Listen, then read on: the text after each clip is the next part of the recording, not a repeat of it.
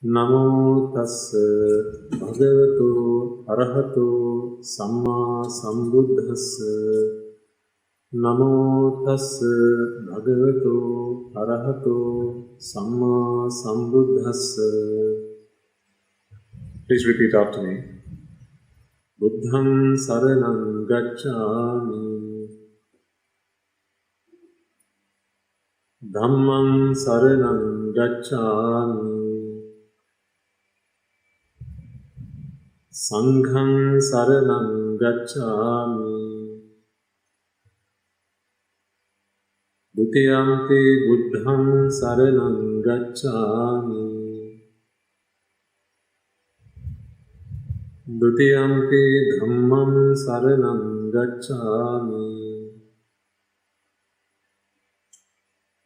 Dutiyampi sangham saranam gacchami. Tatiyampi buddham saranam gacchami. Tatiyampi sangham saranam gacchami. Saranaгаmanam sampunnam. Panatipata veramani sikkhapadam samadhiyami. Adinnādāna kāmesu micchāchārā veramani sikkhapadam samadhiyami.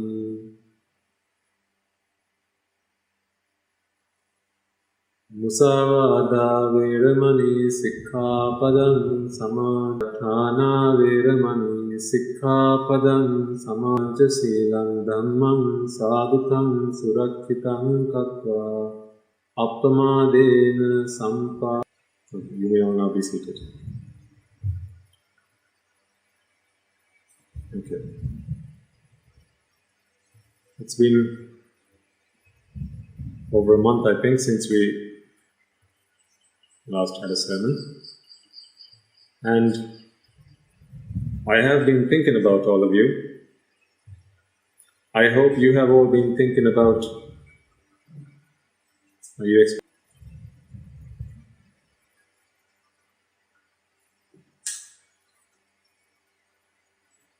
It is very important that during this period of time, when things are not in their normal, listening to the Dhamma, why we are learning the Dhamma, and what we are trying to achieve here. It's particularly difficult at this time because you only have yourselves to rely upon. Now normally the way we used to do these sermons, you'd have your friends or the people who got together under that one roof to encourage you and to remind you to pay attention, to put aside any distractions. So all of that was available to you. But of course now you're all by yourselves. And as I did last week, I've picked one of you to be looking at throughout the course of this sermon. I have to do that, otherwise it's too distracting when there's a lot of movement on the video. So I'm going to pick one of you to focus on throughout the course of this sermon, and I'm not going to tell you who that is. So you should all be on your best behavior. And I usually go for whoever I feel is most zoned in, looking up and down, walking about, bothering others around them, right? So I'll pick who I believe really wants to listen, focus on, to make sure that they understand what I'm trying to explain. Now, I appreciate that, given that this is not also a video call, but also the fact that it's an unusual circumstance where you're not around others. It's difficult to this sermon for the duration of an hour or so. Okay? So during that period of time, children, I want you to put your 100% into this. What you put in is what you're going to get back. I will vouch for the fact that I have put 100%. All day today I have been talking with people and helping them to understand the Dhamma. And despite that, I want to make sure that you are not left out also. So I have put my 100%. I'm here, present, to talk to you. And I want you all to be present here, 100%. Now it may be in some of your homes, you have your brother or your sister, and some of you have your pets. I don't know. Perhaps, maybe your pet hamster wants to listen to the sermon today also. I don't know. But what I want you to do is, each of you individually, not as a pair, I want you to imagine that I'm sat right in front of you. There's no one else around you, just you and I. Okay, so I'm talking to you, and you alone. I'm not talking to all of you, I'm just talking to you. So I want each and every one of you to think this. I'm only talking to you. Now think about how you might behave when someone is sat in front of you and talking to you one-to-one. I'd say, for instance, if you're with a teacher, and the teacher is giving you their full attention and they're trying to teach you something, not in a classroom where there's lots of you, but one-to-one. Say you're in a tutorial session maybe. Okay? So, in that situation, the way you would behave when you're talking with someone face-to-face, one-to-one, not one-to-many, one-to-one, I want you to try and behave like that through the course of this sermon. And the reason I'm asking you to do that is so that you get the most out of your time. I know a lot of work and effort has been put into organizing these sermons, both on our side and also on your part. So let's make sure that this hour that we're going to be spending together, an hour and a little, we're going to be spending together, we put absolutely 100% into this so that we can get out the most of it. Okay, so having said that, I'm going to expect all of you to be on your best behavior so that you can all understand what I'm going to be explaining to you today. Now, I know that you being the age you are, okay, so I would imagine that the youngest among you will probably be around, maybe say 10, 12 years of age, I am assuming, to maybe 20 years of age, or maybe a little bit older than that. So there's a wide range of age. There's a wide age gap between the youngest and the eldest. But what I do know is you're all in your youthful years. You're either young children turning into teenagers, or you're teenagers turning into, going into adolescence and then moving slowly but gradually and most certainly into adulthood. So during this period of time, of life even, there are lots of things that are going on, both physically and mentally. You are changing, your environment around you is changing, the way you interact with others, it's all changing. And now with all this, with the virus and the pandemic that's impacting all of us, it's just added another factor into all of this.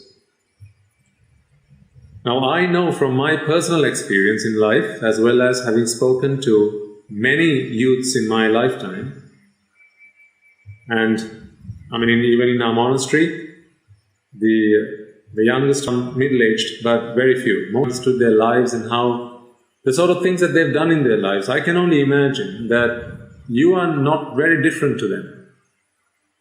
Because we get to see a broad spectrum of experiences in the monks that we talk to on a daily basis, and also at the end of sermons on a good day, quarantine period, but normally we have that sort of number. So you can imagine at the end of a sermon, we have lots of people who come and share their stories with us. Some of them deal with them.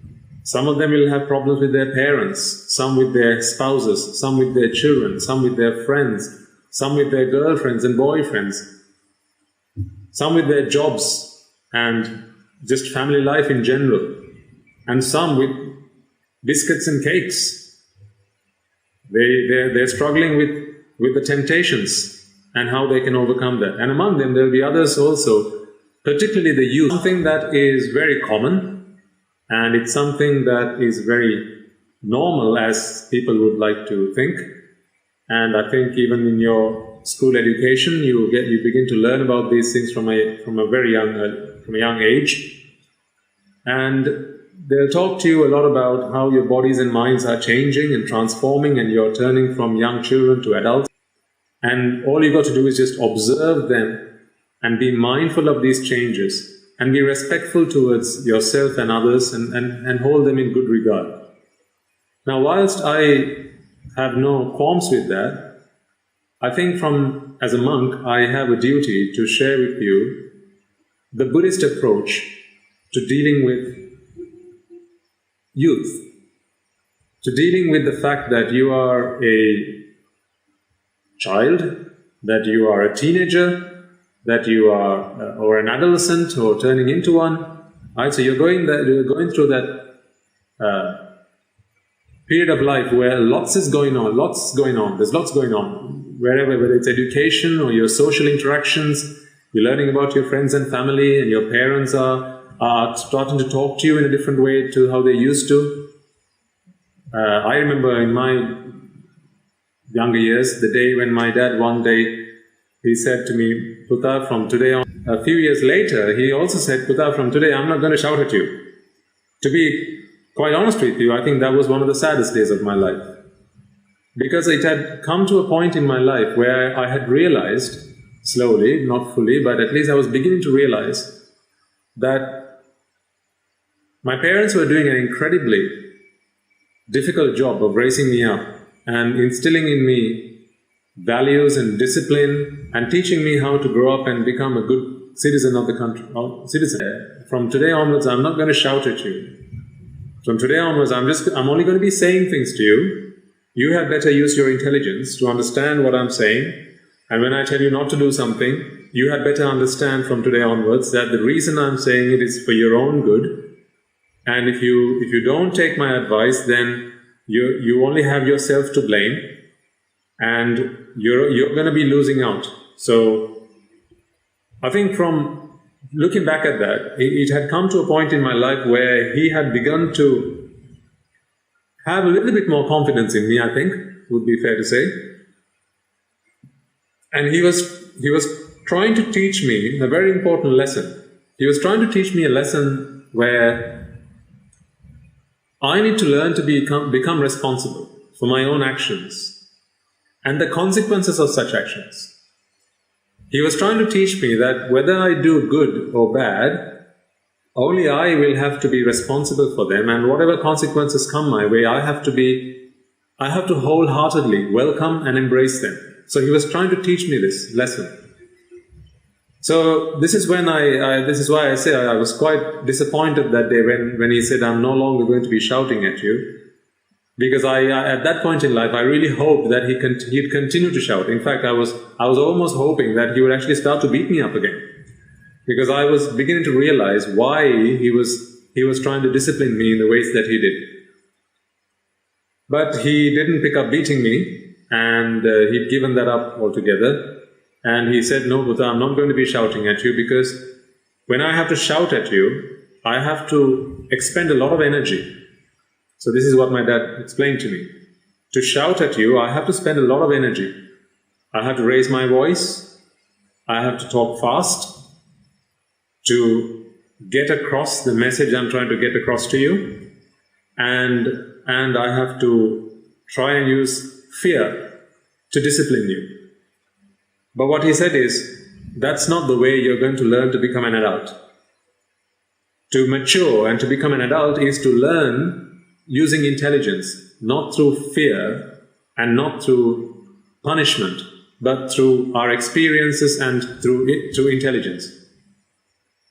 So I think there will be those among you who are going through that stage in life. I don't know, maybe some of you still get beaten up, lucky you. And maybe there are some of you who still get shouted at, still lucky you. And then maybe there are some of you who get neither of these treatments, unlucky you. If I were you, I'd go and ask my parents to beat me up again. But, you know, there comes a day in your life, children, where you really do look back and you ask yourself, oh, why did they stop shouting at me? Why did they stop beating me? They should have just continued then, and I wouldn't find myself in this situation. This will be hard to accept and hard to believe today, but wait and see, the day will come one day. However, I think one of the reasons that your parents like you to be listen to the Dhamma is so that they want you to be able to discipline yourself rather than through punishment. Okay, because the Dhamma helps us to do that. It helps us to understand ourselves and to discipline ourselves. And the reason I mentioned sensuality, sensual desires a little bit earlier on in the sermon is because I think a lot of the youth of today, this is one of the problems that they have. And it's one of the most serious problems. Now, I will completely agree that there may be some among you, probably very few among you, who have no trouble whatsoever with sensuality. And by sensuality, I mean words like desire. So see if you can try and make sense of what I'm trying to express to you here. What do I mean by sensuality here? Words like desire, or lust, or temptation, and that could be to do with any of your senses. That could be sight, sound, smell, taste, or even touch. The world that we grow up in, children, particularly in today's age, and I'm sure this will be 10 times more in your lives as children. When I was young, when I was your age, I know that sounds so cliche, and you probably hate when adults say that. When I was your age, right? But that's the truth. I'm sharing with you my experience. When I was your age, so I'd say between 15, sort of, a few years either side of that, technology was not this advanced. I got to watch TV, yes, but I only got to watch TV when my parents were around. And I didn't have a smartphone. I only got a smartphone when I started doing a proper job. Believe you me, I was probably, I think I was 20 by the time I got a smartphone. Yeah, I know, that is so old school, isn't it? I mean, you all got a smartphone. Most of you will have. So that was the time when I got a smartphone, or the internet. Yes, I got the internet I got access to the internet when I was aged 17. So you can imagine how much things have changed.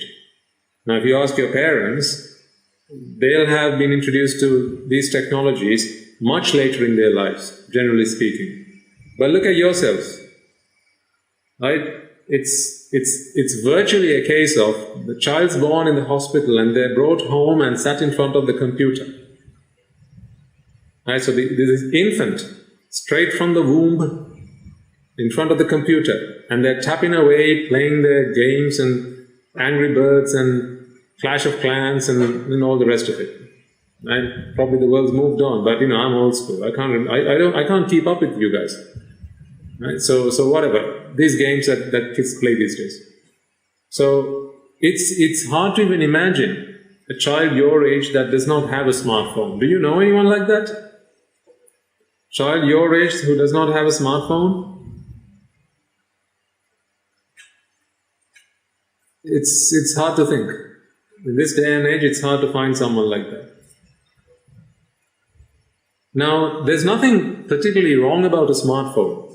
Okay, I'm not against technology. I mean, I should be the last one to be against technology because I actually worked in technology. Before I became a monk, I was a technology architect. So my job involved designing technology solutions for world-class banks and helping companies use technology to achieve their aims and goals. So that was my profession. So I was an evangelist, if you like. Internet is not a bad thing, despite what others might want you to think. The TV is not a bad thing. Really, there are no bad things out there. How can a thing be bad? Right? Is a knife a bad thing? A knife? Well, if a knife is a bad thing, then you've got to throw every knife you can find at home and throw it out. So, but then next time you sit down to have a loaf of bread, you're going to be stuffed. How are you going to slice your bread up? How are you going to cut your vegetables? How are you going to cut your fruits? You need a knife for that. So a knife is not a bad thing. But a knife can be used to do bad things. Can they not? Can it not? Anything can be used to do bad things. Is water bad? Water? Is it bad, water? Clearly not. But can water not be used to do bad things? Of course, you could drown someone in water. Right? So water can be used to do bad things. You could dissolve something that's poisonous and get someone to drink it and kill someone, take someone's life. Or you could slip on water and have a fall, a nasty fall, and break your neck.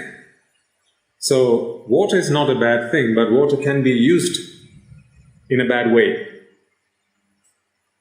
Really, if you think about it, there is no such thing as a bad thing.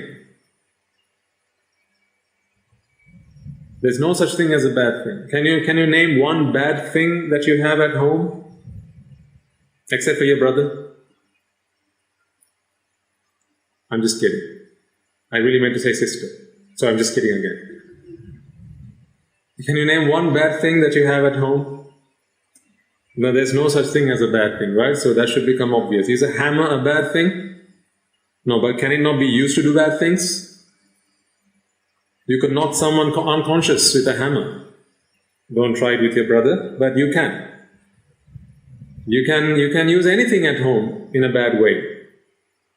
Okay, but things are not bad inherently. Okay, so there's no such thing as a bad thing. So what's bad then? Why do people use things for bad things? Or rather, why do people use things in a bad way? This is because of desire. So some of the words that I said to you earlier: lust, sensual gratification, right? To achieve their secret desire. Reading about this about 3 years ago, actually maybe about 2 years ago, but and it doesn't matter because I can't imagine it's changed. They've done a survey about the internet, okay, and I would be surprised if you hadn't come across these statistics. They've done a survey about the internet.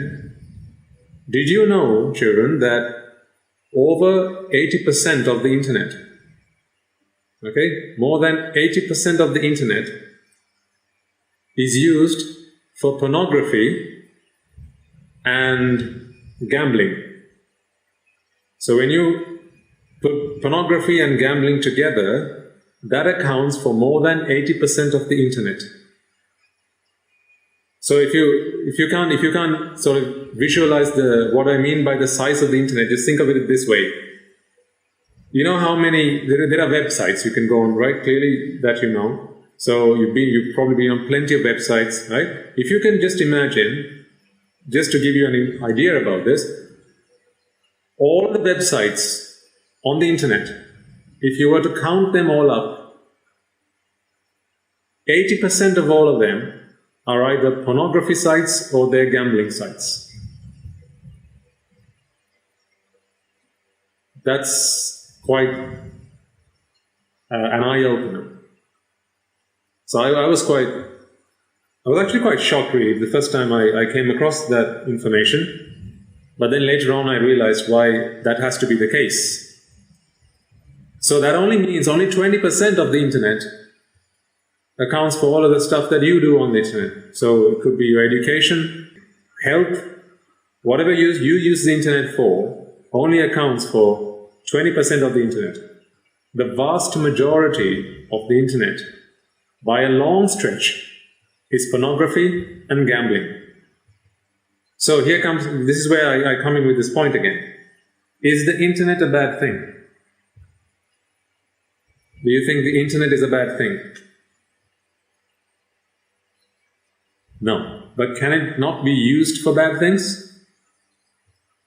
Indeed it can. Because the internet is not a bad thing, I am against, I'll be the first one to admit this, I am against moving children away from the internet. I don't think children should be kept away from the internet. I don't believe in that. But I do believe that children should be taught how to use the internet correctly. And the same goes for a knife. I don't think we should throw away all the knives that we have at home. I don't know if you think like that. I don't think you would. Right? We shouldn't be throwing away all the knives we have at home. But that doesn't mean that your 2-year-old baby brother should be allowed to use the knife. Why not? Because he does not know how to use the knife. The day he learns how to use a knife, there's not going to be any problem in using a knife, just the way you learned how to use a knife and then your parents had no problem with giving you until you learned how to use it. Unless and until you learn how to use the internet, I will agree you should not be let anywhere near the internet.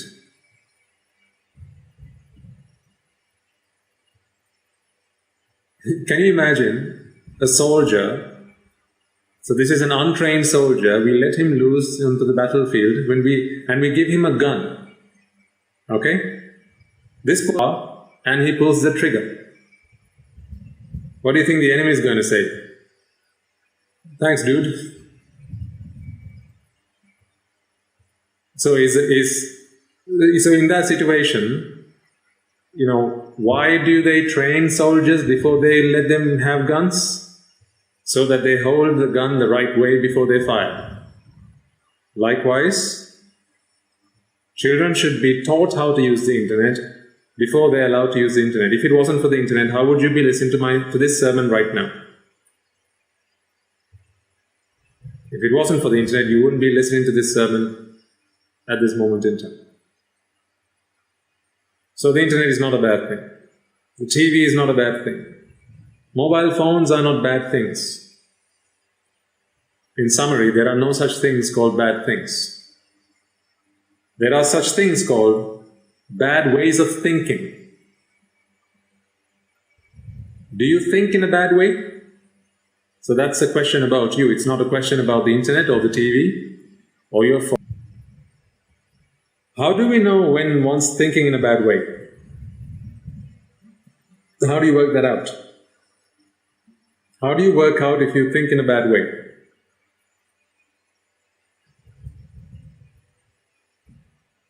One of the best ways to figure that out, if you're thinking in a bad way, is the way you're thinking leading you to suffering? It should not mean necessarily suffering in this moment in time. It is, to some extent, in every extent, in every meaning of the word, but when we talk about suffering, usually it's easier to understand suffering that may come in the future. So a lot of the time people talk about suffering in the future, right? That's why people say death is suffering. People say old age is suffering. So if old age is suffering, then you guys have nothing to worry about, right? Because you're not old yet. It's grandma. Achiyamma has to worry about suffering because she's old. That's entirely misunderstanding what old age is suffering means. I will explain to you in the future what is meant by old age is suffering. Aging is suffering even. Death is suffering. Yes. So when I say death, you're probably thinking about the last time you went to a funeral. You're thinking about a person dying. And you think, oh yes, that's suffering, of course that's suffering. But actually there's a more profound meaning to that. This is not necessarily talking about physical death. You may not realize it, but death is happening every single moment. But that's something that has to be seen through wisdom, and I'll help you understand that in future, not just yet. So, how do we know if the way we think is wrong? The way we think is wrong is, if there's suffering in your life, what are some of the ways we suffer? So, except for those two that I talked about earlier, because when we talk about old age and death, immediately what comes to mind is what's going to happen to me in the future. Or you think about old people, right? You think, well, we are all right. Yes, I'm going to grow old one day, but then I only have to suffer one day when I'm old. I don't have to worry about it now. And besides, I'm not even going to know I'm dead. So why should death even be considered suffering? So I'm not going to know when I'm dead, surely. So death is suffering not to me, to everybody else, is what you might think. But actually that's not true. I will explain these things to you in future sermons. What I want you to understand for today though, children, is how do you identify if there's an error in the way you think? Because first we have established now that there's no such thing as a bad thing. There's no such thing as a bad thing. What's bad is the way we think. So it's not bad things, it's bad things. Did you understand the difference there? Did you catch it? There's no such thing as bad things with a GS. What there is a bad things with a KS. Bad things. So this is the way we think. There are no such thing as bad things, there are only bad things. How do we know if something is a bad thing? When there's suffering in our life. What sort of suffering do we experience?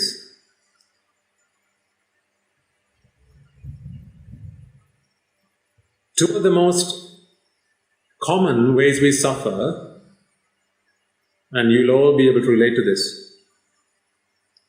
The simplest example I can take with is a friend.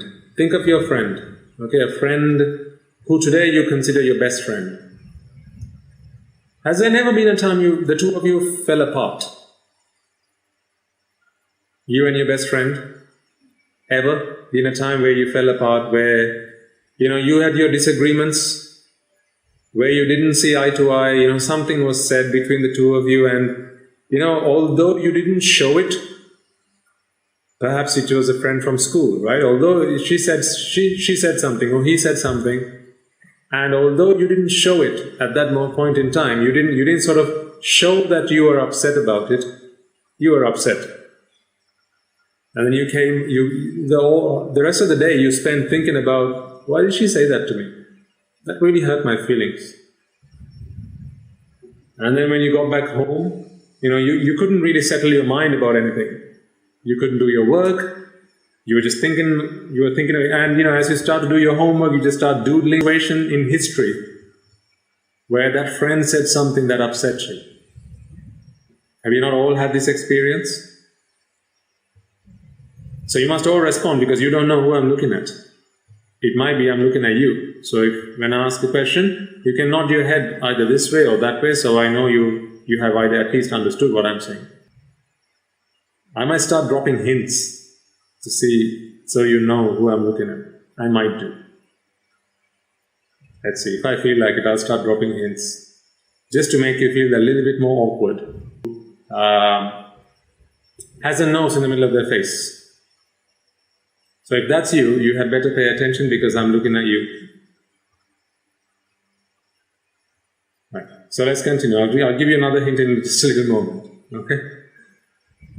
So where were we?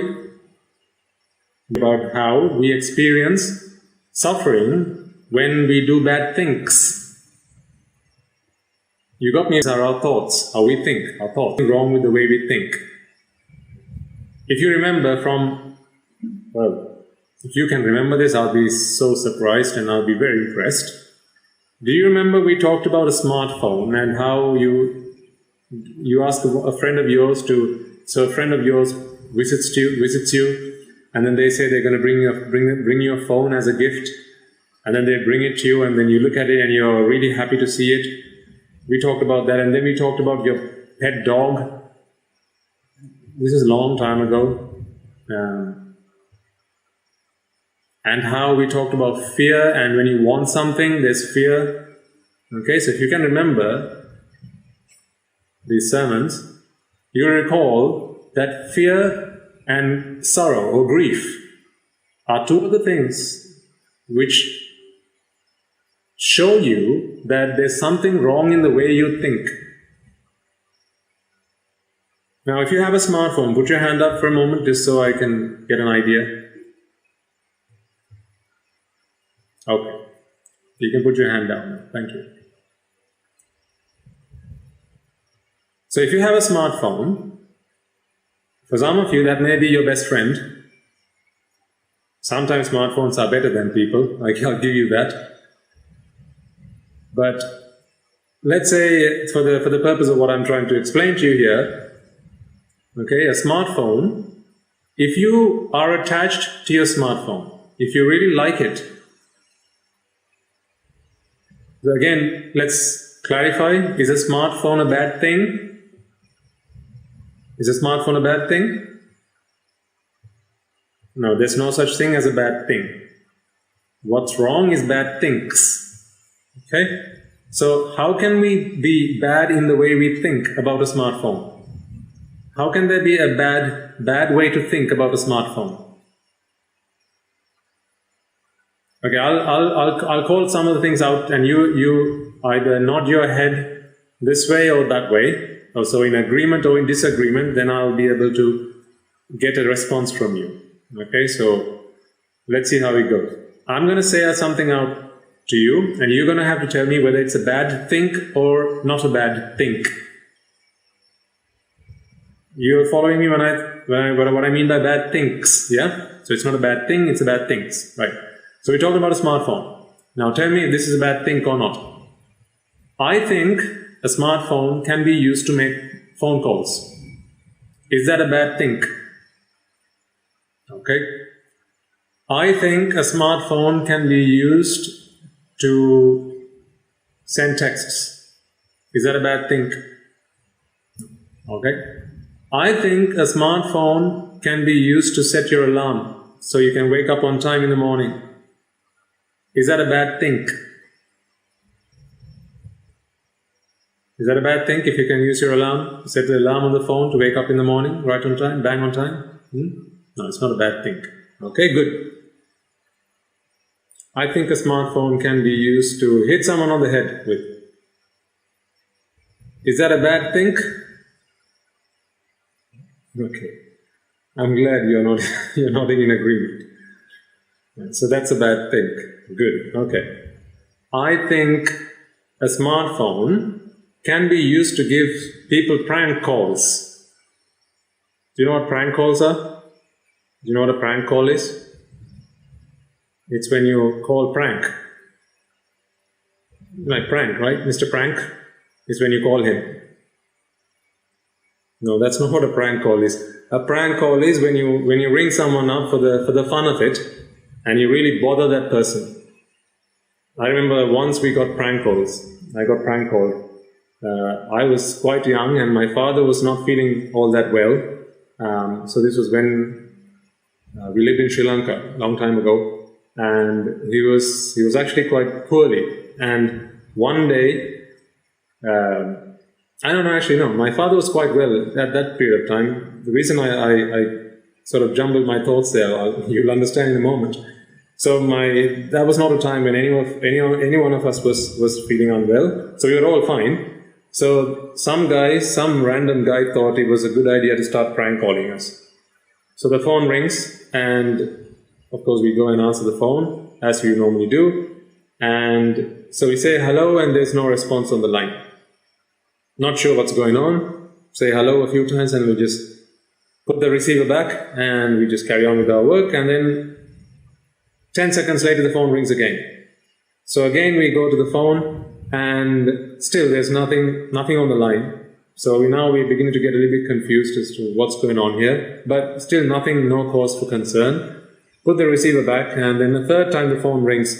This time you can hear people laughing. So there's a guy who's laughing on the phone, and I could hear that there were a few people in that room or in the area. So there were a few people laughing out loud. So clearly this was some kind of joke. Someone was finding this funny, but no one spoke. and again the receiver went back because my dad said hello, hello, hello, no response, and then back.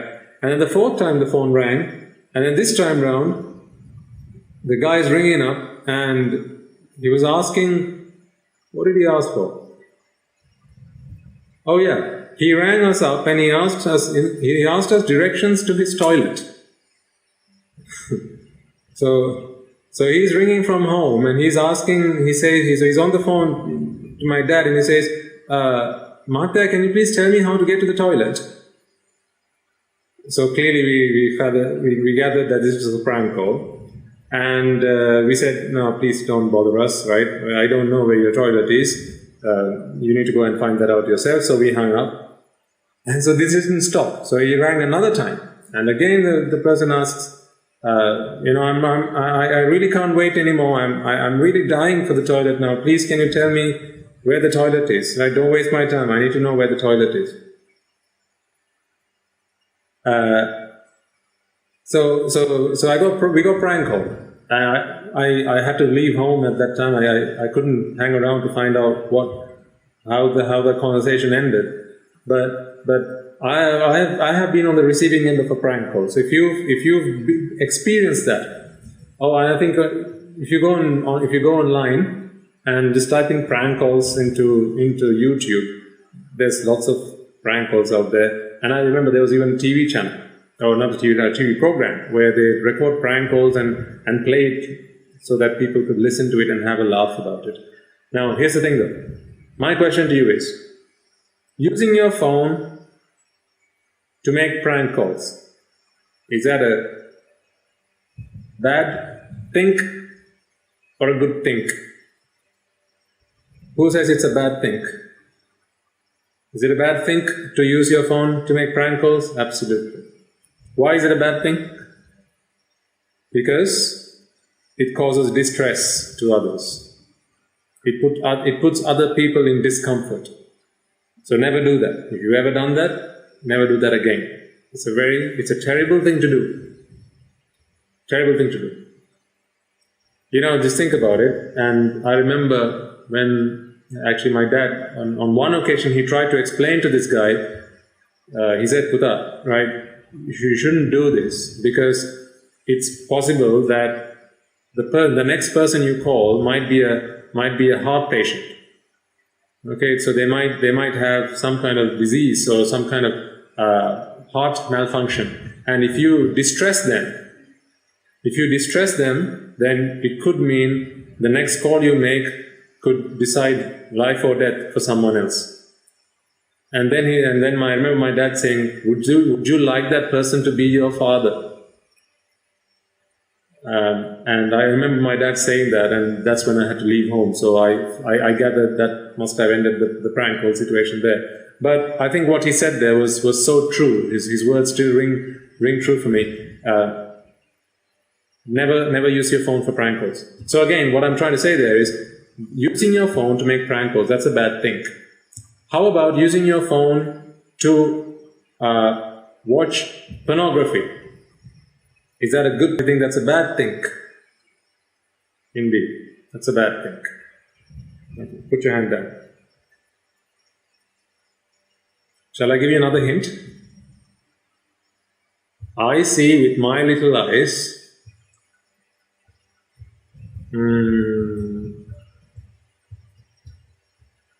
a wall painting.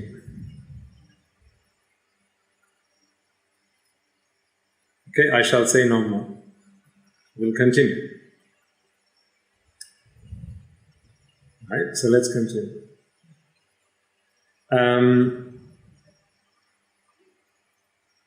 So, bad things and good things. When we use things that we come across in our day-to-day lives, we must be careful that we don't use things for bad things. Now, I talked about sensual desires and lust a couple of times, and I'll mention it one more time because I really wanted to to give you something to think about here.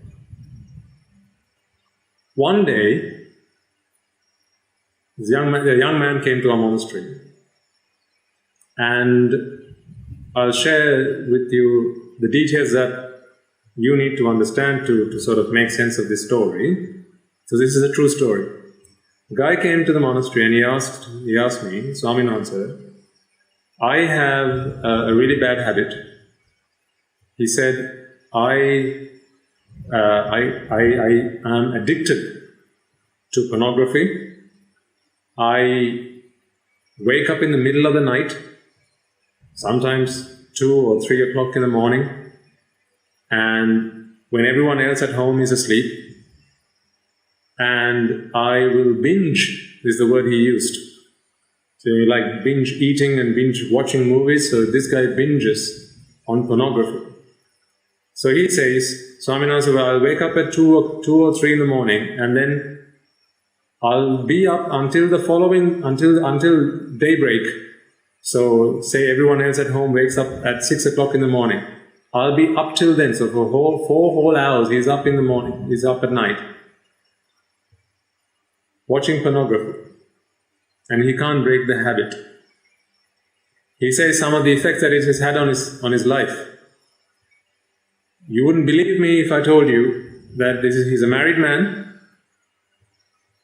and he's the father of 2.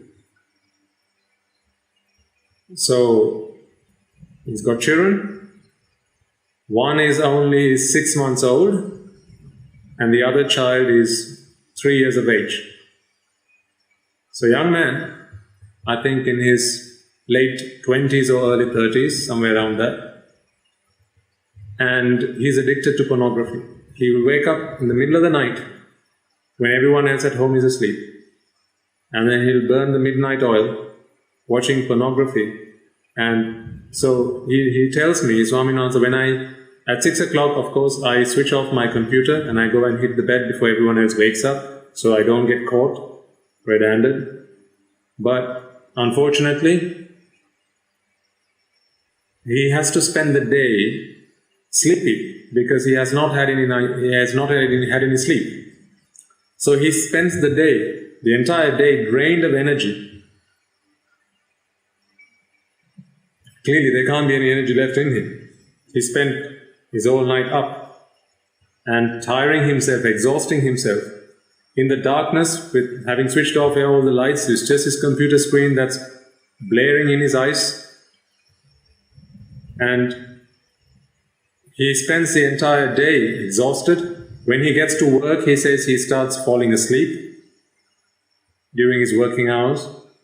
It's become so bad now that he has been called to be disciplined at work, and his bosses are complaining that he's falling asleep at work and he's not being effective at work, and then he doesn't have the energy to come to be with his family. And so, this is a real story, Kieran. He came to me and he wanted to speak to me. So we spent some time talking I spent some time talking with him. And here's the thing. I asked him, Sir, when did this happen? This episode in your life, is that a recent thing, or has it been something that you have been doing for some time now? And he said, Swaminathan, sir, believe you me, unfortunately I was exposed to this at the age of 11. From the age of 11, I was exposed to pornography. And then from that day forward, day by day, weeks went by, months passed by, years passed by, I have not been able to break this habit. And as the days and the months and years passed in my life, I became more and more addicted to pornography. He said on one occasion that by now, Swaminathan, you wouldn't believe me, I have an entire cupboard locked up. My wife doesn't know about this. It's got hard disks with terabytes of pornography material stored on it, because I just can't bring my mind up to delete any of that stuff. It's not like I go back and watch any of it, but I've become a hoarder. I hoard this stuff. And it's completely ruining my life. I didn't realize the extent of how much this was going to destroy my life when I started this habit at 11 years of age, but now it has completely ruined me. My family is not receiving the treatment it deserves from me. I'm not being a good husband to my wife. I'm not being a good father to my children because I don't have any energy to spend with them. I don't have enough quality time to spend with my family. What do I do? I asked him also, children, I asked him at the age of 11, sir, when you were exposed to it for the first time, did you ever think that at the age of 30, you'd still be in that habit? He said, no, Swami Mahansa, if ever I had thought, if ever I felt that this was going to be the case, the day I was introduced to this stuff, I would have turned away. I would have looked away and never to look back at it. But little did I know, I didn't realize that little by little, gradually, my entire life would be destroyed.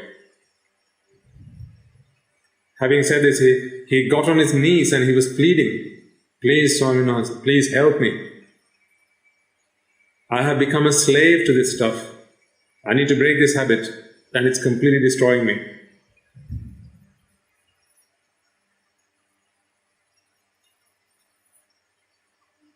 I'm sharing this story with you, children, because I don't want you to be the next person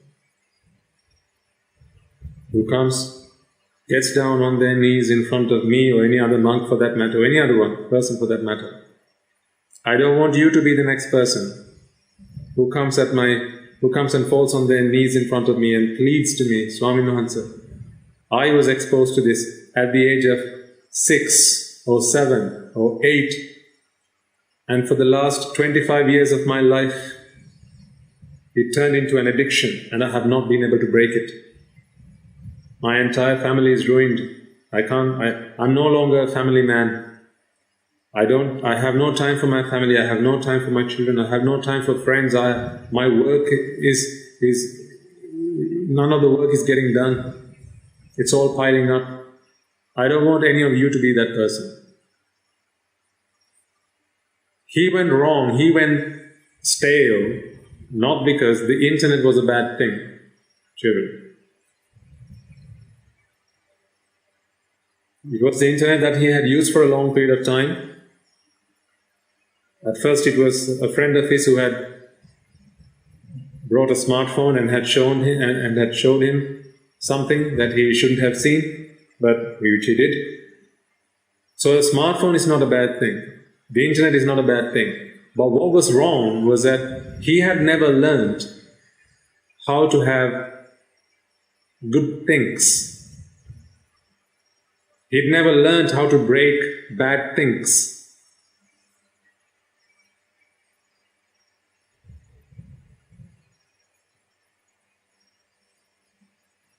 I don't want any of you to be finding yourself in that situation. Sensual desire is on one occasion, and if you are now studying the Dhammapada, I hope you have been continuing that.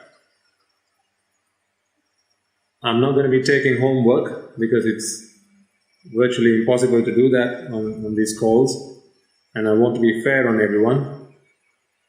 I might come up with an idea later on. Maybe I'll pick someone at random and ask to recite the Dhammapada. But in the meantime, I urge the parents to take their homework.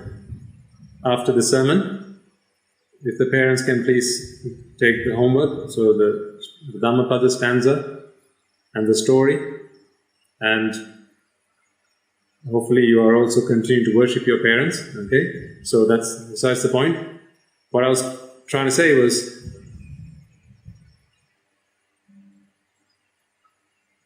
on one occasion, the Buddha uses the simile of a fire to elaborate the nature of desire. In his own words, and I will, in his own words, I'll tell you in his own words. He says, Natti rago samanaggi. What that means is, there is no fire like the fire of desire. So there is no fire that is like the fire of desire. And what he means by that, Natti rago samanadi. Saman is not saman, as in some that is equal. Natti is no, nothing. Raga, desire, aggi is fire. Natti rago samanadi. What he says is, there is no fire that is like the fire of desire. Why does he equate fire to desire? Why does he use that simile? See, the nature of anger, children, is with anger, you can only go so far. Right? If you see anyone get angry, if you haven't seen anyone get angry, then you either haven't lived or you've lived in a monastery all your life. So you must have seen people get angry. The nature of anger is that anger has a limit. When you get angry, there comes a point where the person who's angry, they first start with maybe raising their voice, okay, and then you start to see there's wrinkles on their, or they start frowning, and then the blood vessels they start to surface on their foreheads, and then they start sweating, and then they start shivering with anger. This is when it starts to rage, turns to rage. Okay, and at one point they're screaming their guts out, so much anger, and then maybe they start throwing things on the floor, anything that's within their reach. Then they start banging doors and drawers and sort of making a noise about it, trying to show their anger. Have you seen people like that? You must have. Because anger is everywhere. Wherever there is attachment and desire, attachment and ignorance, you'll find anger. So you must have seen people like that.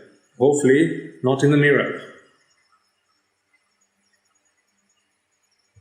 So, but the worst that you can get with anger is usually they get so angry that they lose their consciousness.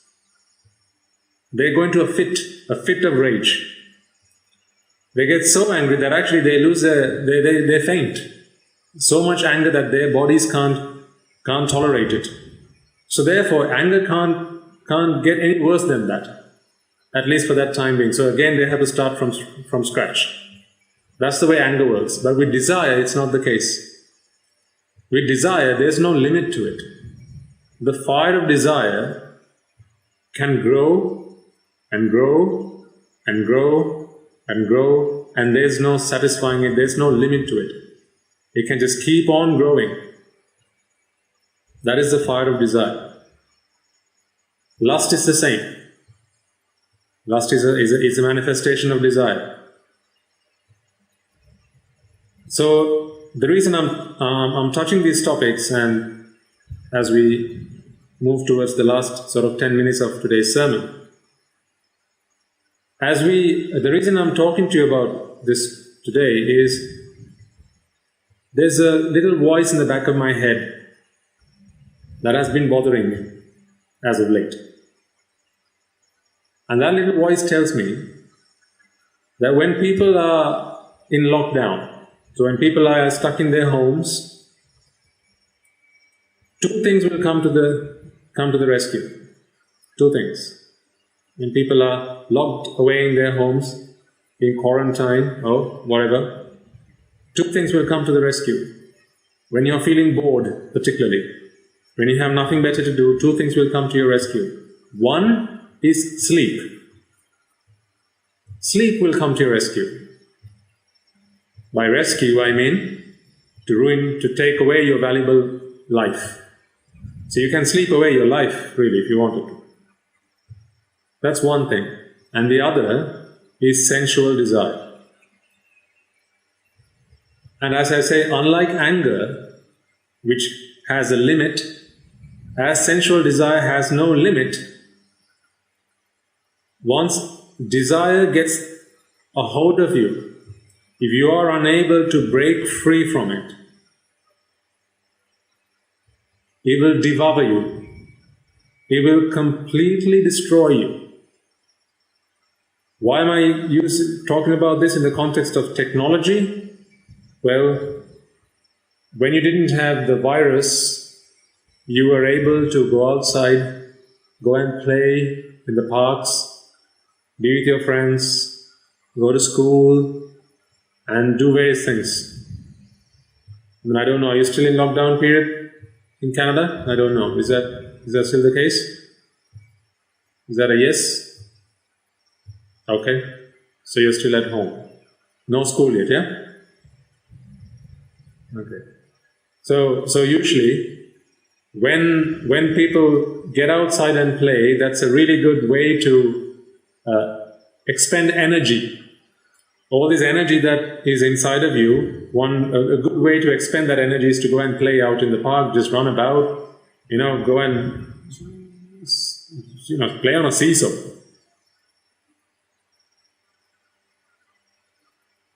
To release that energy have reduced in number. So therefore, either sleep or the other, which is worse than that, which is the more evil of the two, sensual desire, will get hold of you. And because you're at home, now you have access to lots of technology.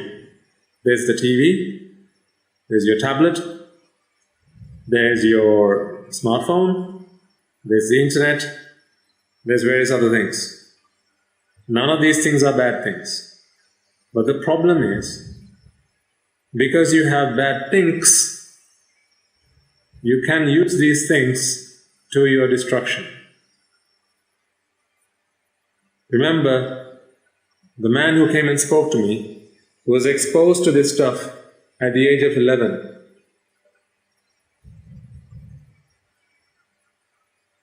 At the age of 11. 20 years on, he still hasn't been able to break the habit. And then after he'd gotten home, he'd been on the internet, and then from there started a snowball effect. Day by day, what made him happy the previous day wouldn't make him happy this day. So every day was a new, he needed something new. And that's the nature of desire. I can't really say everything I want to say right now, but I'm sort of speaking in cryptic language here. I hope you can decrypt my words. I can't really say everything I want to say. I want to spell it out to you, but I can't. I could have if you had been here in front of me, like physically, right? But at the same time, I want you to listen to this carefully and try and get the message I'm trying to give you here. Sensual desire can completely destroy your lives. Technology can be used as a bad thing. If you have bad things, you got to be careful. It might feel so innocent. It might be simply to arouse your curiosity. They'll probably come and say, hey, I've got this thing I want you to have a look at this. Yes, it's really cool. And then they'll show you something. Really, to children, if you were here right now, physically, the first thing I would have done at the start of this sermon is I would have asked you all to put your hand up and tell me who here has watched pornography. I'm not going to do that now. Because then I'll know how I need to talk to you, and then I'll know the extent of the problem. I'll ask you a question which I don't want you to answer out loud, but I want you to answer in your mind. How many of you are willing and comfortable with walking up to your parents and sharing with them all the times that you have watched pornography? Don't answer this. But I want you to answer this question in your mind. So it's a rhetoric question. How many of you would be capable, how many of you would be comfortable with walking up to your parents and telling them, Tati, I started watching pornography at this age It was on the smartphone, it was on your smartphone. When you gave it to me the other day to make a call, and then you went into the washroom, and then I had it in my hand. My friend from school said, go onto this particular website, which I did. And then he showed me something which I had never seen before in my life, and that completely, it changed me. How many of you would be comfortable with walking up to your parents and confessing to them how many times you've seen pornography, how many times you've watched it yourself, how you've watched it?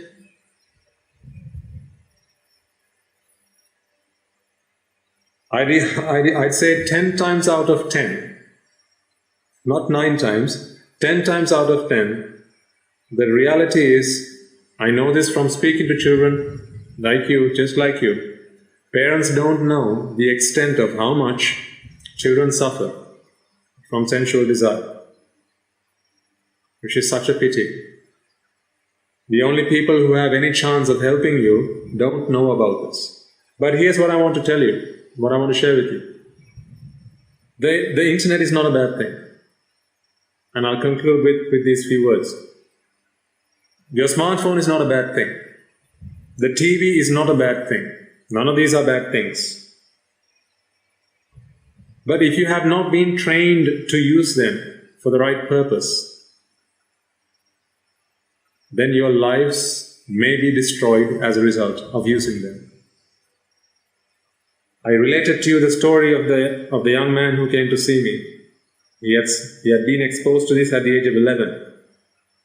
20 years on, that habit, what he first saw 20 years ago, completely has ruined his life.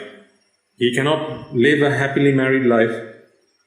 He cannot be happy in the fact that he has children and he can be a father to them, because his entire life is now spent around this one thing. What I want you to try and, I'm asking you to try and do this. I know it's not going to be easy for everyone. I want you to try it. Because if your parents are also listening to this sermon, then they'll know, having listened to the sermon, that there is nothing wrong with the internet. There is nothing wrong with a smartphone. What's wrong is, you have not been taught how to use it correctly. The consequence of that is 20 years from today, you will be on your knees in front of someone pleading for their help. I would hate to find you in that situation. So let's try and avoid that. I ask you, children, if you can, and you'll be very brave if you can do this. This requires a lot of courage. And you'll be very brave if you can do this, to walk up to your parents, either one, father, mother, but don't go up to anyone else.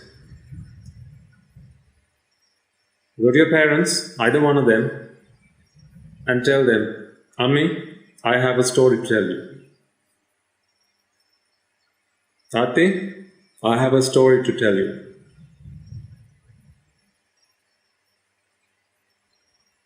Can I have some time with you privately? I have a story to tell you. It's a private story.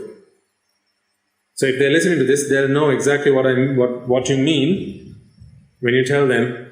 So that's going to be your code word. Ami, I have a story to tell you. I know, because some of you will be closer to your mother, others will be closer to your father. Whichever one, does not matter. They both love you equally. You just don't know that yet. But you'll feel you're closer to one of your parents. Usually that's the case. I was closer to my mother, until my father stopped beating me, and then I was closer to him. I begged him, but he wouldn't start, unfortunately. Last time I met him, 3 months ago, I said, please can you stop beating me again? He said, no, Swaminas, you're a Swaminu. I said, no, I can't beat you now. I said, shucks. So what I want you to do, children, is go and see if you can tell a story to your mother or your father. You've got a month to do this. Pick a day. Pick a good day. Some of you may like Wednesday. Others might fancy a Friday. Or maybe actually a Sunday is better. This is why I like if parents also listen to these sermons, because then we have a safe environment in which to do this. This is all I'm concerned about, children. I don't want you to be that man. 20 years from today, I don't want to find you on your knees. I don't want you to have ruined your family life. I want you, if you choose to remain in your lay lives, I want you to be able to spend a happy life with your family.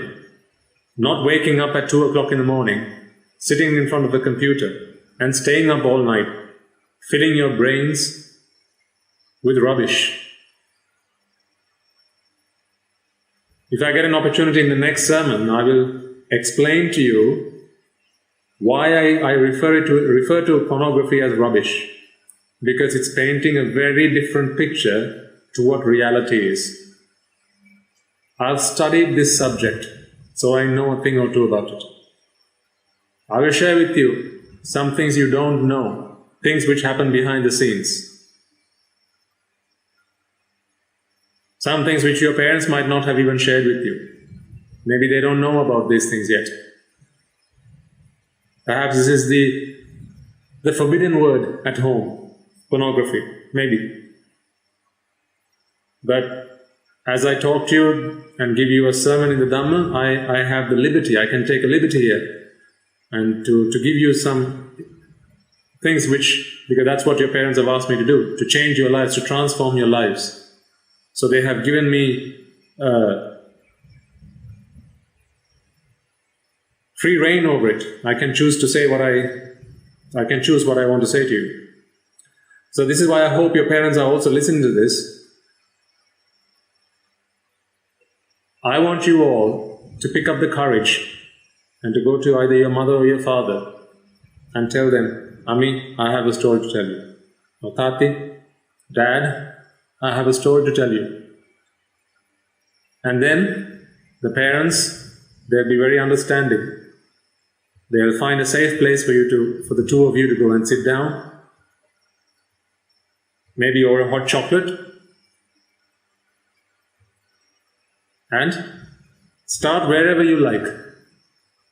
Start wherever you like. These stories, they don't have to have a beginning, a middle and an end. You can start wherever you like. What your parents will help you is to learn how to use the internet. They won't take the internet away from you. I'll vouch for that. They won't take your smartphone away from you. If they do, you can tell me and I'll have a talk with them. Okay?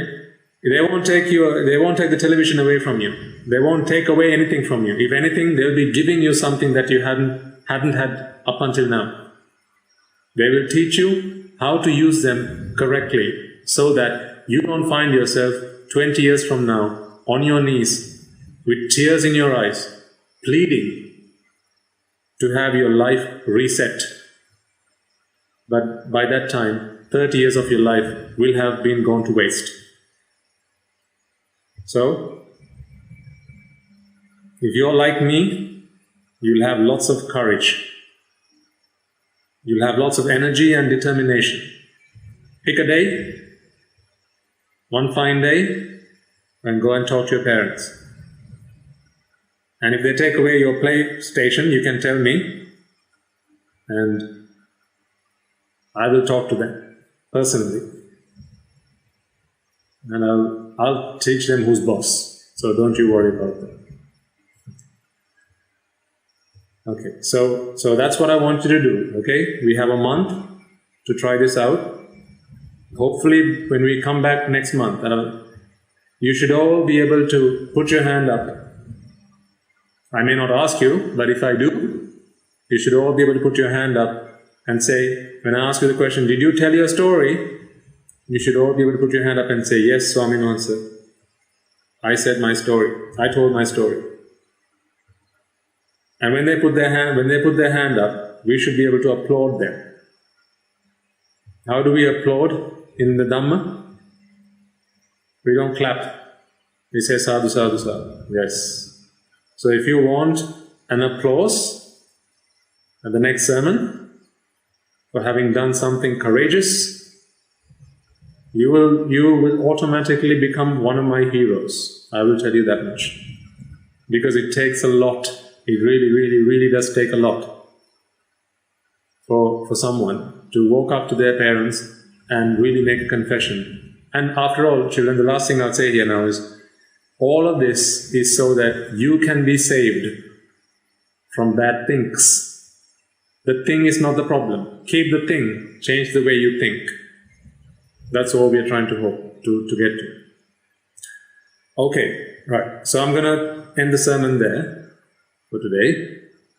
Let us take a moment to transfer merits that we have earned, and we will conclude the sermon.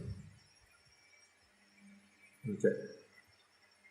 So, first and foremost, let us all remind ourselves that the reason we have the Dhamma today is because of the Lord Buddha, and it is his disciples, the Bhikkhu Bhikkhunis, Upasaka Upasikas, who we have to thank for protecting and preserving the teaching of the Buddha and passing it down through the generations, through the noble lineage and in the form of the Tripitaka, which is available to us today to study, understand, comprehend and free ourselves from suffering.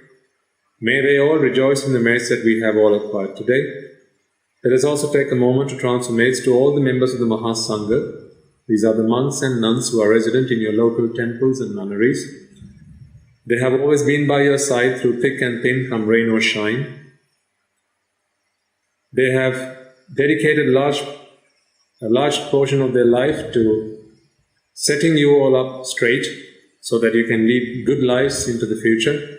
May they all rejoice in the merits that we have all acquired today. Let us also take a moment to transfer merits to Guru Swami Mahanse of this monastery, as well as all the other monks who are resident here, the Anagarikas and the Anagarikas who are attached to this monastery, as well as all the friends of the monastery and its benefactors who have made it their deep commitment to safeguard and look after the monks, as well as all the other residents of the monastery, by providing the requisites. May they all rejoice in the merits that we have all acquired today. Let us also take a moment to transfer merits to our parents, our brothers and sisters, our friends, our teachers, our grandparents, uncles, aunts, cousins, nephews and nieces, and to anyone and everyone who might have helped you, supported you, assisted you in tough times, and in times where you needed their help and support. May they all rejoice in the merits that we have all acquired today. May through the power of these merits, if any of them have been born in woeful planes, redeem themselves and be born in the blissful plane. May through the power of these merits they abstain from the unmeritorious deeds, fulfill the meritorious deeds, fulfill the noble eightfold path, and may they all attain the supreme bliss of Nibbana. Sadhu, sadhu, sadhu. Let us also take a moment to transfer merits to the Devas, Brahmas, spirits, demons and the dead. And among them will be your predeceased ancestors, perhaps your parents, perhaps grandparents. May they all rejoice in the merits that we have all acquired today. May through the power of these merits, if any of them have been born in woeful planes, redeem themselves and be born in the blissful plane. And may through the power of these merits, they abstain from the unmeritorious deeds, fulfill the meritorious deeds, fulfill the noble eightfold path, and may they all attain the supreme bliss of Nibbana. Sadhu, sadhu, sadhu. Let us also take a moment to transfer merits to all those who have been affected by the recent pandemic, as well as those who have dedicated their lives to helping those who have been affected, as well as those who might have lost their lives in natural disasters and calamities such as the tsunamis, earthquakes, tornadoes, landslides, and so on and so forth.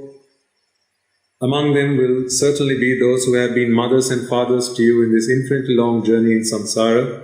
So may they're all rejoicing of the merits that they're all deserving of the merits that we have all acquired today. May they all rejoice in these merits.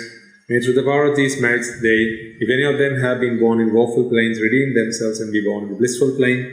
May through the power of these merits they abstain from the unmeritorious deeds, fulfill the meritorious deeds, fulfill the noble eightfold path, and may they all attain the supreme bliss of Nibbana. Sadhu, sadhu, sadhu. And finally, may through the power of all the merits we have all acquired today, we be able to witness the advent of many hundreds of thousands of Arahat and Mahanses and Arahat Mehinin Mahanses in this life itself and in the era of the Gautama Supreme Buddha itself. Sadhu, sadhu, sadhu. And may through the power of these merits, you and I and everyone who has contributed to making this sermon a success, making this event a possibility, helped, supported, assisted it in any way, shape or form, be able to become one of those Arahat Mahanses, one of those Arahat Mihinin Mahanses in this life itself and in the era of the Gautama Supreme Buddha itself. Sadhu, sadhu, sadhu. We will conclude the sermon there. May the Noble Triple Gem be with you all.